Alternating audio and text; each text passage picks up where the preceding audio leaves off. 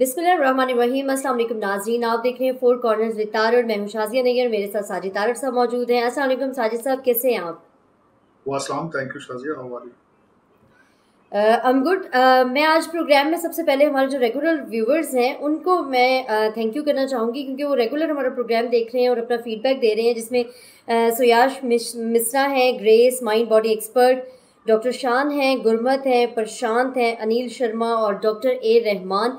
इनकी तरफ से बड़ा ज़बरदस्त हमें रिस्पांस मिलता है और रेगुलरली ये प्रोग्राम देखते हैं और अपना फीडबैक देते हैं, तो इन सब का बहुत शुक्रिया कि ये हमारा प्रोग्राम देख रहे हैं। इसके अलावा भी काफ़ी लोग हैं जो अपना फीडबैक देते हैं, तो हम चाहेंगे कि जो लोग हमें देख रहे हैं वो अपना फीडबैक ज़रूर दिया करें, ताकि हमें पता चले कि वो लोग क्या देखना चाह रहे हैं और क्या पूछना चाह रहे हैं साजिद साहब से।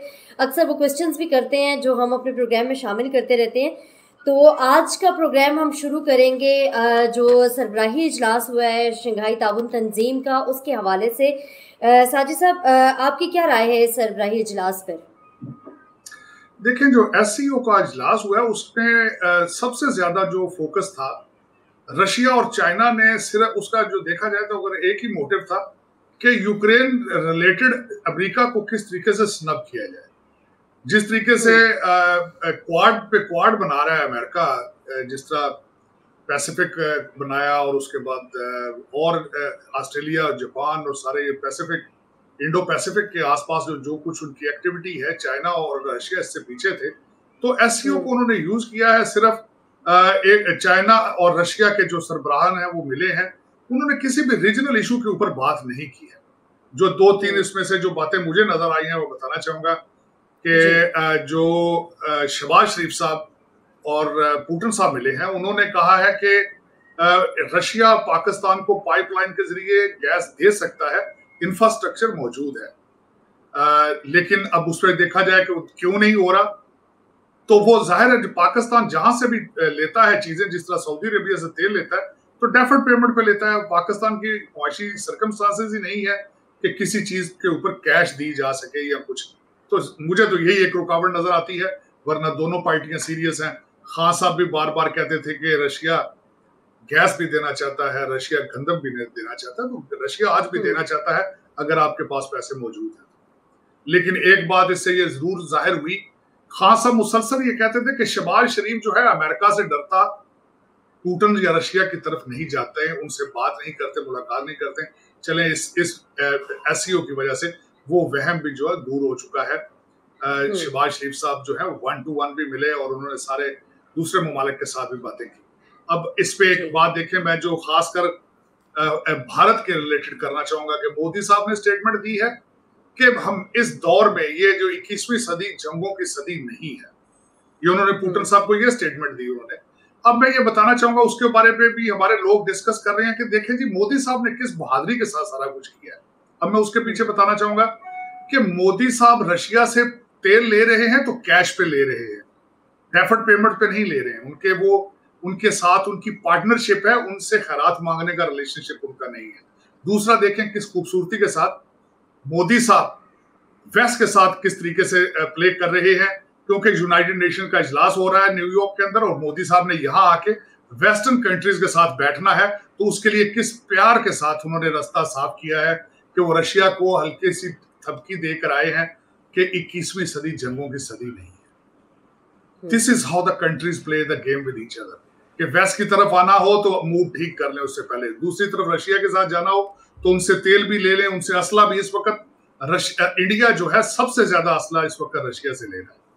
लेकिन ये तब आता है जब आप अपने पांव पे खड़े हो, आपके हाथ में कशकोल ना हो, आपके अंदर नेशनलिज्म हो, आपकी रूलिंग एलीट जो है वो लंदन और दुबई के अंदर प्रॉपर्टियों पे नजरें ना हो, ये तब आती हैं चीजें। तो इस पे ये एससीओ का मेरा इस कंक्लूजन यही था कि this was just a propaganda scheme to snub Americans, to tell them that look at this, we have some leverage, we have some power, और हमारे अपने रीजन के अंदर 8 मुल्क इसमें मौजूद हैं और बेलारूस की मेंबरशिप जो है वो ड्यू है। हेड ऑफिस इसका शंघाई में है और दे आर ग्रोइंग। और जो मैं इस वक्त देख रहा हूं कि इंटरनेशनल रिलेशंस के हवाले से कि G20 की अगले साल की चेयरमैनशिप जो है वो भारत के पास जा रही है।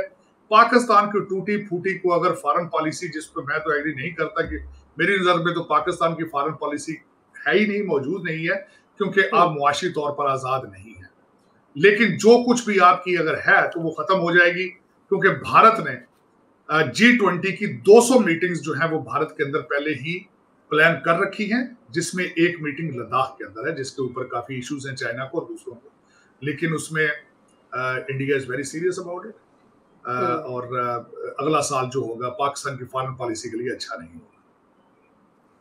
अच्छा साजिद साहब, आर्मी चीफ की तैनाती का वक्त बहुत करीब आता जा रहा है, कुछ टाइम रह गया है उसकी तैनाती में, और इसके साथ साथ जैसे ही ये वक्त करीब आता जा रहा है, सियासी पार्टियों के रहनुमाओं की तरफ से स्टेटमेंट्स और उनकी मुलाकातें तेज़ होती जा रही हैं। चेयरमैन तहरीक इंसाफ इमरान खान साहब की तरफ से मौजूदा जो आर्मी चीफ हैं उनकी एक्सटेंशन की हवाले से बात की जा रही है, जबकि नवाज शरीफ और वज़ीर आज़म शहबाज शरीफ के दरमियान भी इस हवाले से मुलाकात हुई, कुछ नाम भी सामने आ रहे हैं। आप क्या समझते हैं कि ये तमाम तर सूरत हाल क्या है और ये ऊँट किस करवट बैठता नजर आ रहा है? देखिए, इस चीज पे जितना अफसोस किया जाए कम है। आज खान साहब ने चकवाल के अंदर अपने जलसे में भी जो अल्फाज इस्तेमाल किए एस्टेब्लिशमेंट के हवाले से, उस पर जितना अफसोस करें वो कम है। खान साहब आज फिर क्रीज से बाहर निकल के खेलते हुए नजर आए चकवाल के अंदर। बिलखसूस उन्होंने बार बार कहा कि अगर एक्स आपको फोन करके धमकियां देता है तो आप भी उसको धमकियां दें। तो इसमें अगर देखा जाए, देखें, मैं ये मानूंगा बिल्कुल कि पीटीआई पाकिस्तान की इस वक्त पॉपुलर तरीन पार्टी है, इसमें कोई शक नहीं है। खान साहब पॉपुलर तरीन लीडर हैं, लेकिन अफसोस मुझे इस बात का है कि इस पार्टी ने और इस लीडरशिप ने सैलाब को रिकॉग्नाइज करना छोड़ा नहीं, उन्होंने शुरू ही नहीं किया इसको। और पाकिस्तान में जो सबसे बड़ा इंसानी अलमिया हुआ है उसको छोड़कर इस वक्त पूरे पाकिस्तान की सबसे बड़ा टास्क ये है कि अगले आर्मी चीफ का इंतखाब किस तरह किया जाए। उसके अंदर कई ग्रुप बन चुके हैं पहले ही। कोई कहते हैं चकवाल ग्रुप को आगे आना चाहिए कि ये फलां फलां का बहुत ज्यादा दोस्त है, वो अगर वो नहीं आता तो उसका दोस्त आ जाए। वो दूसरा जो एक बंदा है उसने खान साहब के साथ रिलेशनशिप ठीक नहीं है। लेकिन इस पर जो न्यू हमारे शहबाज शरीफ साहब लंदन बैठे हैं तो वो भी यही डिस्कस कर रहे हैं कि अगला आर्मी चीफ कौन होगा। तो देखें, एक इस वक्त पाकिस्तान के अंदर जो इंसानी अलमिया सैलाब का है किसी की उस पर नजर नहीं है। आप बिल्कुल बैंकरप्सी से थोड़ा सा बचे हैं, अभी टली नहीं है, आप डिफॉल्ट होने के ऑलमोस्ट मुंह पर हैं, लेकिन आपको कोई किसी किस्म का और दूसरा ख्याल नहीं है सिवाय आर्मी चीफ के। तो देखें, अगले आर्मी चीफ नवाज शरीफ साहब ने पहले भी कई आर्मी चीफ अपॉइंट किए। यहाँ पे मैं ये बताना चाहूंगा कि माजी के अंदर देखा जाए तो सिर्फ 2 आर्मी चीफ मेरिट के ऊपर आए थे, करामत साहब और जंजुआ साहब। और जंजुआ साहब बेचारे जो है वो तो फिर अपनी जॉब पर ही फौत हो गए थे, और उनकी फैमिली जो है आज भी वो समझती है कि वो उनकी नेचुरल डेथ नहीं थी। और करामत जो साहब थे उनको भी रिजाइन देना पड़ा था, सिर्फ मेरिट पे आज तक सिर्फ 2 आर्मी चीफ आ सके हैं। नवाज शरीफ साहब ने तीन या चार मेरा ख्याल है आर्मी चीफ उन्होंने खुद अपॉइंट किए थे, और सबके साथ उनके हालात खराब हुए थे। तो इस वक्त बिल्कुल अजीब सी कश्मकश है। खान साहब कहते हैं मेरिट पे लगाया जाए, मेरिट वो सिर्फ उनका मेरिट उस्मान बुज़दार है, उनका मेरिट जो है केपीके का महमूद खान साहब है, उनका मेरिट जो है वो आज़ाद कश्मीर के नियाजी साहब हैं, उनका मेरिट जो है वो चाहते हैं कि उनको ज्यादा से ज्यादा उस्मान बुज़दार मिले, उनकी वो कॉपी करें और बिठा दें और रिमोट कंट्रोल के साथ पाकिस्तान को चलाएं, जो कि मेरे ख्याल में एक ख्वाब ही है। इस तरह हो नहीं सकता, इस तरह होगा नहीं। अफसोस कि पाकिस्तान का सबसे बड़ा मशहूर पॉपुलर लीडर, एक मशहूर पार्टी का, एक पॉपुलर पार्टी का, उसका पाकिस्तान की मुआशी तरक्की की तरफ कोई तवज्जो नहीं है। वो हर चीज का नारा लगाता है हकीकी आज़ादी। हकीकी आज़ादी मुआशी आज़ादी के बगैर पॉसिबल ही नहीं। लेकिन अफसोस इस वक्त पाकिस्तान टिपिकल जो स्टाइल है 75 साल का कि power, me my self and mind, power और पैसा, दैट्स इट, बॉटम लाइन। उसमें ना कौमियत है, ना इस्लाम है, ना कुछ और। अच्छा साजिद साहब, वज़ीर आज़म साहब न्यूयॉर्क आ रहे हैं और इनकी अमरीकी सदर जो बाइडन से मुलाकात भी मुतवक्के है। हमारे वज़ीर ख़ारजा बिलावल भुट्टो ज़रदारी पहले से ही वहाँ पर मौजूद हैं, यूनाइटेड नेशंस का जो इजलास है उसमें शिरकत के लिए। आप क्या समझते हैं ये वहाँ पर होने वाली मुलाकातें कितनी कारगर साबित होंगी, पाकिस्तान के मसाइल के ऊपर कितनी बात हो सकेगी? ख़ास तौर पर इस वक्त पाकिस्तान जो सैलाब की सूरत हाल का सामना कर रहा है, क्या उसके हवाले से भी बात होगी? और पाकिस्तान का जो इंटरनेशनल लेवल पे जो दीगर ममालिक के साथ ताल्लुकात हैं, वो किस हद तक बेहतर होने के चांसेस मौजूद हैं? देखिए, इस वक्त अगर देखा जाए तो मेरे ख्याल में शहबाज शरीफ साहब को न्यूयॉर्क नहीं आना चाहिए था, क्योंकि उनके पास मैंडेट ही मौजूद नहीं है। वो एक 25 मील के टुकड़े के अंदर प्राइम मिनिस्टर हैं और पाकिस्तान के सोर्सेज रिसोर्सेज को यहाँ यूनाइटेड नेशंस में आके वो जाया करेंगे। अब मैं ये आप मेरा ये क्वेश्चन ये होगा, जी। जिस प्राइम मिनिस्टर के पास मैंडेट ही मौजूद ना हो, जिसके पास पाकिस्तान की सपोर्ट ही उसको हासिल ना हो, उसका किसी से मिलने में आपका क्या ख्याल है? जो बाइडेन या कोई भी और लीडर जो इनसे मिलेगा, उनको पाकिस्तान के हालात का पता नहीं होगा। उनको स्टेट डिपार्टमेंट क्या ब्रीफ करेगा कि ये 25 मील के अंदर के जुरिसडिक्शन का प्राइम मिनिस्टर है। और दूसरा मुझे सबसे बड़ा एतराज ये है कि शहबाज शरीफ साहब 25 मील के अंदर इनकी हुकूमत है और 70 कैबिनेट के मेंबर हैं, जिनकी कोई मेरी नजर में they don't have any leverage on anything। तो उसमें एक तो प्राइम मिनिस्टर साहब आ रहे हैं यहाँ पे। चले अब आगे दूसरी स्टोरी बताना चाहूंगा आपको कि न्यूयॉर्क में पीटीआई ने उनके खिलाफ एहतजाज का प्लान कर रखा है। हालांकि उनको ये नहीं पता, हाँ, उनको ये नहीं पता कि he is coming here as a prime minister of Pakistan, he is not coming here as a president of Muslim league.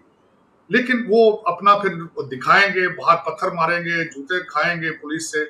तो ये एक ड्रामा पूरा किया जाएगा यहाँ पे, और फिर दोबारा दुनिया एक दफा देखेगी कि इस कौम को सैलाब का कुछ अंदाजा नहीं है, सैलाब की फिक्र नहीं है, लेकिन घेराव जलाओ की फिक्र है इनको।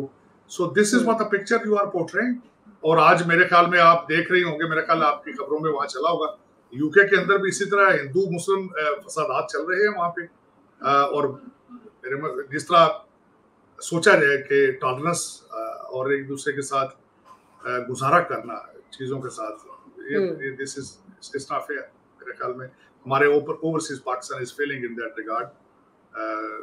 खासकर बिलखसूस पीटीआई वाले इकट्ठे होंगे। I don't appreciate what they are plan to do in New York. Sajid साहब, आपने अभी चकवाल जलसे के हवाले से बात की। इमरान खान साहब का बड़ा धुआंधार खिताब था वहाँ पर। आज आप क्या समझते हैं पीटीआई क्या कन्वे करना चाह रही है? एक तो बैकडोर राब्ते चल रहे हैं, कहा जा रहा है कि आर्मी चीफ के साथ जो है वो मामला तय पा गए हैं और उनकी मुलाकात भी करवाई गई है, जो कि सदर हाउस में करवाई गई। और उसके बाद खान साहब ने अपनी पार्टी के कुछ लोगों को तंबीह भी की कि जो डायरेक्टली पिंडी के साथ राब्ते में हैं वो मुझे क्रॉस ना करें। तो इस तरह की बहुत सारी चीज़ें जो हैं वो सामने आ रही हैं। आप क्या समझते हैं कि ये पीटीआई किस सिमत में जा रही है? देखिए शासकिया, ये अभी तक मेरी जो ओपिनियन इनकी मुलाकातों के हवाले से है, मैं समझता हूं कि शायद मुलाकात इनकी नहीं हुई, अभी बैकडोर चैनल के साथ ही बातें चल रही हैं। लेकिन अगर मुलाकात हुई है प्रेसिडेंसी में, तो दैट जो मुलाकात थी वो लीगल नहीं थी।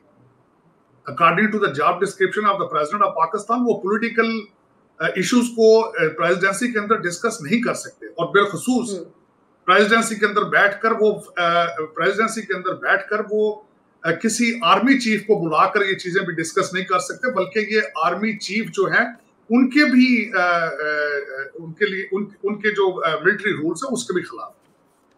लेकिन अगर हो रही है, मेरे नजर में तो मैंने आपको जिस तरह बताया था, परवेज खटक साहब और परवेज लाई साहब मुसलसल ट्राई कर रहे हैं, और भी कई पीटीआई के सीनियर लीडर जो है मिन्नतें तरले शुरू हैं, खास साहब भी मिन्नतें तरले कर रहे हैं। लेकिन जहां तक जो दूसरे मीडिया की बात है, कहते हैं किसी आईएसआई के पुराने हेड के साथ उनकी मुलाकात हुई है, और यही बात है कि उनको सिर्फ अपॉइंटमेंट जो इस वक्त परेशानी है, वो एक नाम पे उनको खदशात हैं, जो आईएसआई के पहले हेड रह चुके हैं, जिन्होंने इनको बताया था कि आपके घर के आसपास करप्शन है, तो खान साहब ने उनको चेंज किया था। खान साहब को सिर्फ उनसे डर है, उनका खौफ है। और खान साहब जो इस वक्त शोर ज्यादा कर रहे हैं और जो पाकिस्तान को जलाना चाहते हैं, वो सिर्फ इसी वजह से कि उनको एक नाम से बहुत ज्यादा खौफ है, उस आर्मी जनरल से। अब देखें क्या बनता है आगे फ्यूचर में। प्रेशर बहुत ज्यादा, लेकिन खान साहब की जो टैक्टिक इस वक्त मैं देख रहा हूँ, वो समझते हैं मैं जितना दबाव बढ़ाऊंगा,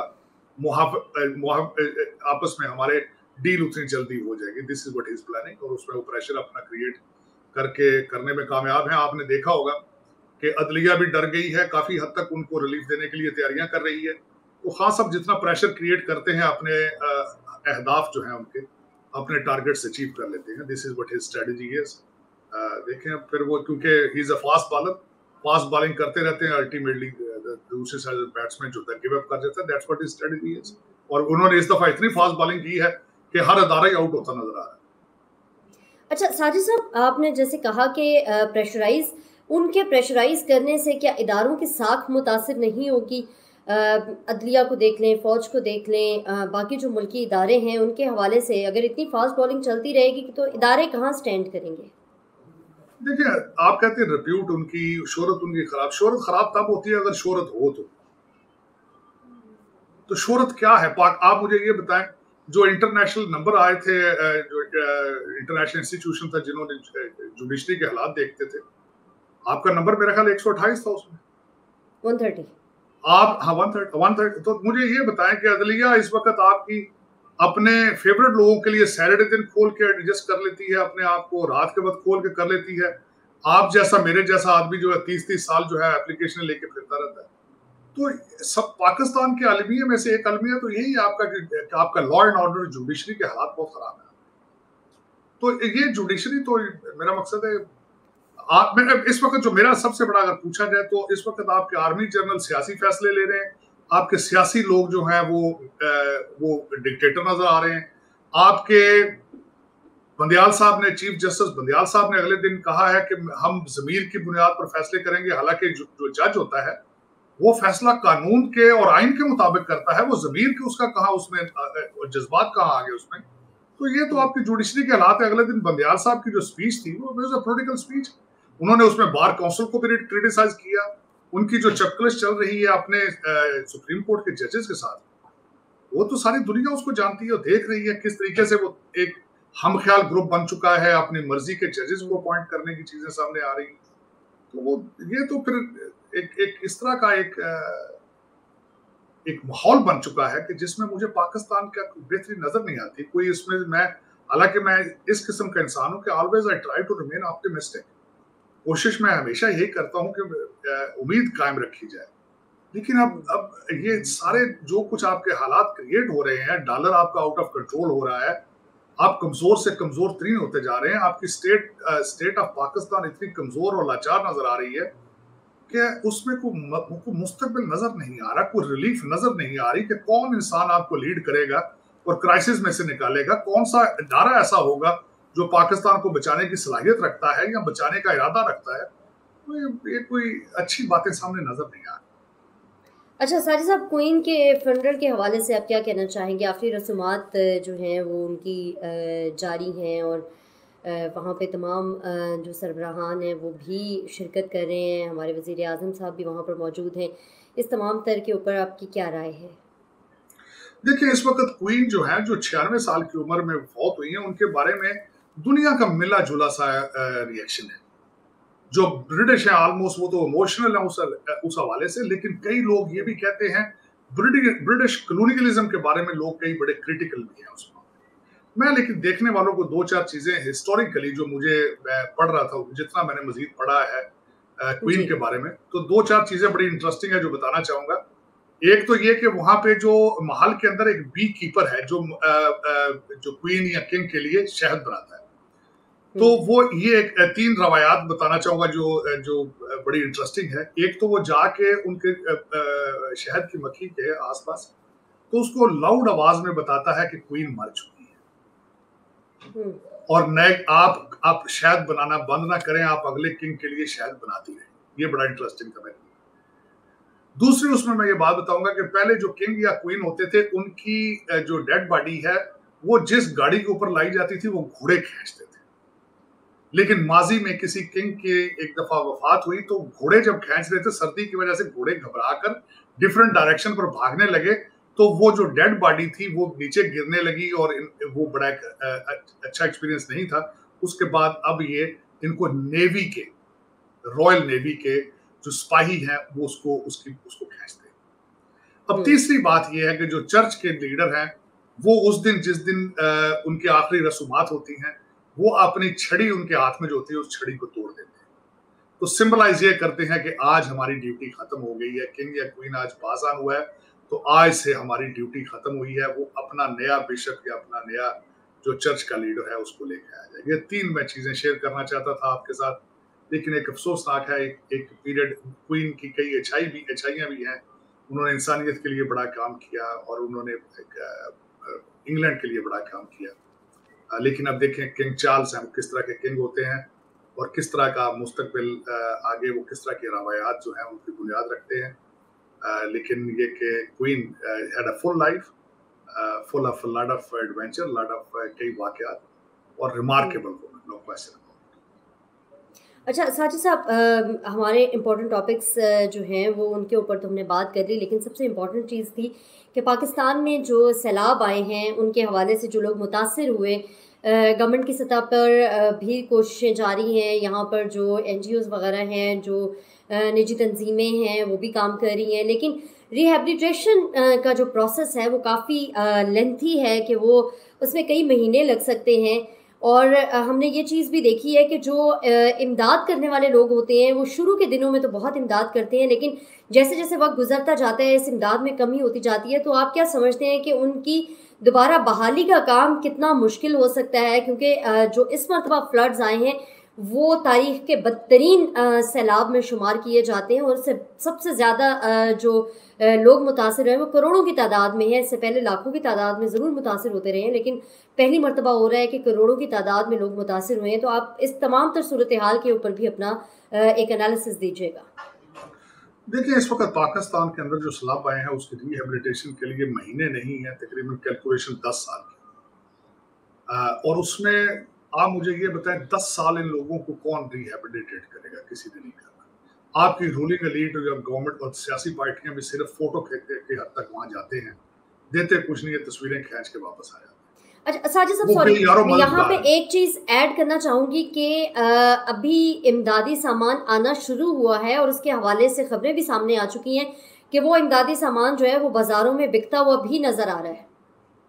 देखिए, बाजारों में बिकेगा, मैं बताना चाहूंगा, जब आपके जल्जला आया था, आपके ट्रक जाते थे तो वो ट्रक जो जाते थे इमदाद वाले सामान लेकर, वो जो मुतासरीन थे उनके पास पहुंचने से पहले उनको लूट लिया जाता था।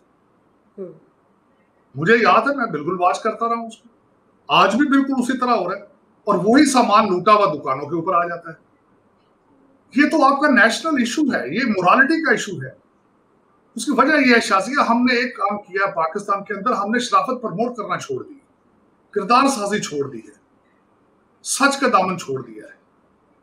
तो जब आप ये करेंगे, जब आप करप्शन पे ब्रैग करेंगे, फख्र के साथ बताएंगे कि मैं इतना लूटा है, मैंने इतना ये किया, तो फिर सोसाइटी में यही कुछ निकलेगा।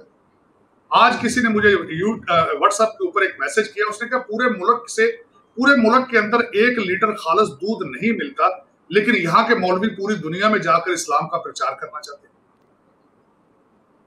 ये लम्हा फिक्री है कि आपके मुतासरीन के पास ट्रक पहुंचने से पहले रास्ते में लूट लिया जाता है।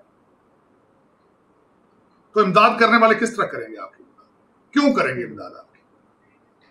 और आपने खुद बताया कि वही सामान दुकानों पे बिक रहा है।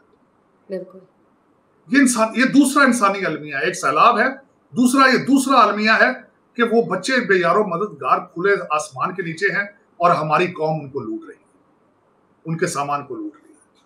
तो उनकी असर बहाली के लिए क्या करना होगा, किस तरह से होगा? अगर हुकूमतें नहीं सोचेंगी, निजी तंजीमें, हुकूमत में कौन लोग हैं? हुकूमत में आपके वही लोग हैं जो जिनके बच्चे दुबई और लंदन बैठे, वो तो लूटने आते हैं। आप और मैं सिर्फ और सिर्फ उन लोगों के लिए दुआ खैर कर सकते हैं, इसके अलावा कुछ नहीं कर सकते। और मैं समझता हूँ वाकई पहले भी अल्लाह के नाम पे चीजें चल रही हैं, वो आगे भी चलती रहेंगी। हमें ना नून लीग ने बचाना है, ना पीपल्स पार्टी ने बचाना है, PTI ने भी तबाह करना है। इन्होंने भी पैसा लूट के 3.5 साल इनके कैसे थे सबको पता है, खुली किताब की तरह हर चीज सामने पड़ी। उनके लिए दुआ खैर है, दुआ करें अल्लाह ताला उनको उनकी मदद करे, अल्लाह ताला उनका हामी और नासर हो। वरना देखें ना, जब ट्रक ही ना पहुंच रहे हो, रास्ते में लुटेरे लूट रहे हो, फिर उसके बारे में क्या हो सकता है?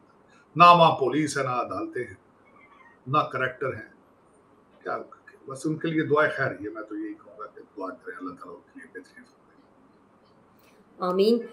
बहुत शुक्रिया नाज़रीन, और बहुत शुक्रिया साजिद साहब कि आप हर हफ्ते, हमारे व्यूवर्स भी कहते हैं कि हम लोग हर हफ्ते साजिद तारड़ साहब का इंतज़ार करते हैं कि उनका एनालिसिस जो होता है वो बड़ा फुल ऑफ इंफॉर्मेशन होता है। तो यकीनन अगले हफ्ते भी हम लोग आपके साथ हाजिर होंगे, मैं और साजिद तारड़ साहब, बशर्ते ज़िंदगी।